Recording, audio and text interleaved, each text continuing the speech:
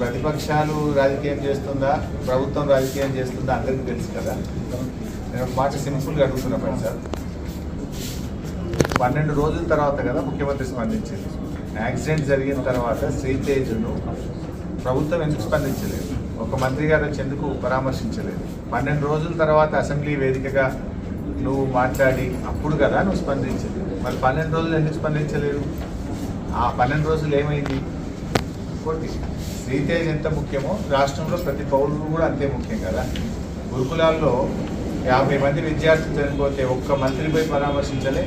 దానికి మంత్రిగా ఉన్న ముఖ్యమంత్రి గారు కూడా ఒకరోజు పరామర్శించలేదు. ఎందుకు వెళ్ళలేదు ముఖ్యమంత్రి గారు? మరి వెళ్ళి ఆ కుటుంబాలకు కూడా ప్రభుత్వం ఆదుకోవాలి కదా. ఆ తల్లిదండ్రులకు కూడా కడుపుకోతనే కదా.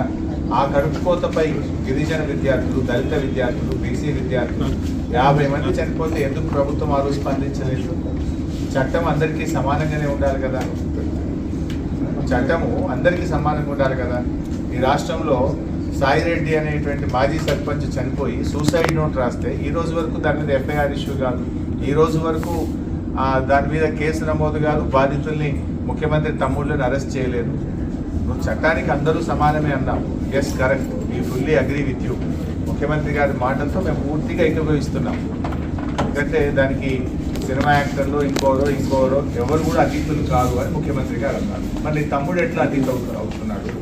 నీ తమ్ముడు మరి వల్లనే నేను చనిపోతున్నా అని ఒక మాజీ సర్పంచ్ చనిపోతే దాని మీద ఎందుకు కేసు ఈరోజు నమోదు కాదు?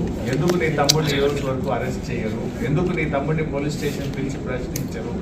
మరి చట్టం నీ తమ్ముడికి నీ కుటుంబానికి చుట్టమైందా అని నేను అడుగుతా ఉన్నాను. How it is? ఏ రకంగా కరెక్ట్?